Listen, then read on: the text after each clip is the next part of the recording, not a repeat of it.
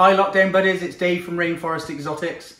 I'm going to talk to you a little bit today about Woma pythons. So here I have one of my adult female Womas. She's about average size for a Woma python at about 5 feet. These guys come from Australia. They have quite a decent sized range in Australia, coming all the way from Western Australia, Southern Northern Territory, Northern South Australia, right down into Southwest Queensland. Their habitat ranges from sandy, rocky to woodland areas. That you'll notice that they've got quite a slinky little head and no heat sensing pits. So these guys are burrowers. They like nice deep substrate in your enclosure. I keep them in 6x2 vivariums with hollow cork bark logs to hide in, and in those logs as well we'll put a little bit of damp moss to create a nice humid refuge for them. Hot end you're looking at about 33 to 34 degrees. Cooler end 27, 28. At night time we'll turn the heating off and I'm happy for it to drop down to like 16 degrees, no problems whatsoever at all.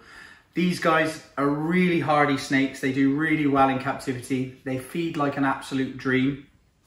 So around about Christmas in the wild they would be getting their summertime, their hottest period. So that's when I tend to breed them. I will drop temperatures at night, boost the humidity a little bit, give them a really good feed up to get the females in a good condition to produce eggs. But you've got to remember, after the female's laid eggs, she obviously needs building back up. So at the moment with this girl, we're feeding her little and often as she laid eggs 53 days ago. We take away their eggs and put them in an incubator. Incubation can be up to 60 days. As I said, we've got Womas hatching right now on day 53. I'm going to show you those in a little bit. You can see that she is a nice, pretty snake. Woma python coloration varies from locality to locality. So you can get some really nice bright yellow ones, some really nice barred looking ones. This one is actually my favorite female. But that being said, Woma pythons are very food responsive. So this is not a snake for you snoot boopers to be booping on the snoot, okay? At the minute, as I said, she's laid eggs. We're building her back up. So at the moment, she's pretty hungry and feedy. She is absolutely fine to handle. And they are nice and tame as long as they realise that they're not being fed. So when you first go in the viv, just let them know that they're not being fed before you try and grab them out, okay? So you can see an average size python. These guys are around about 5 feet usually for females. Males are a little bit smaller.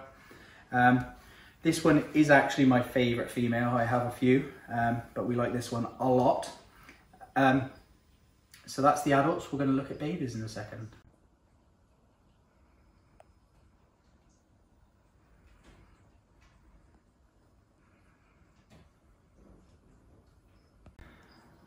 Right, so now we're just going to check out our newly hatched babies. So we've got some that have already come out of the eggs, some that are just coming out.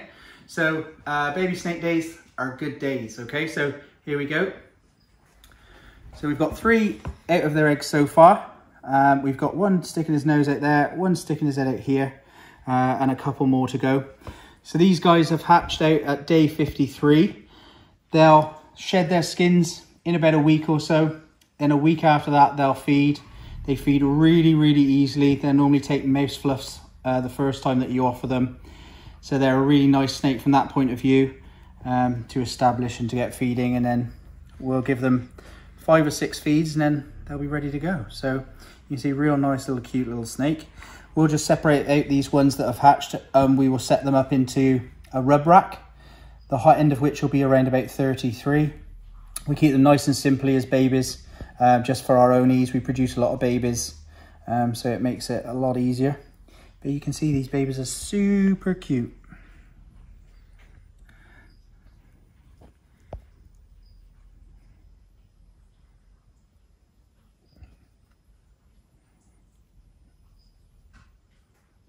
Okay, so that is baby Woma pythons.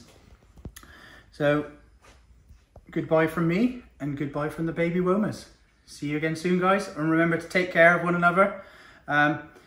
Whilst all this is going on, this lockdown, people are stuck in the house. A phone call means a lot, so don't be afraid to stay in touch with your friends. And on that note, I'd just like to give a little shout out. So, Derry Stewart, put down the cider, move on. See you later, guys. Bye.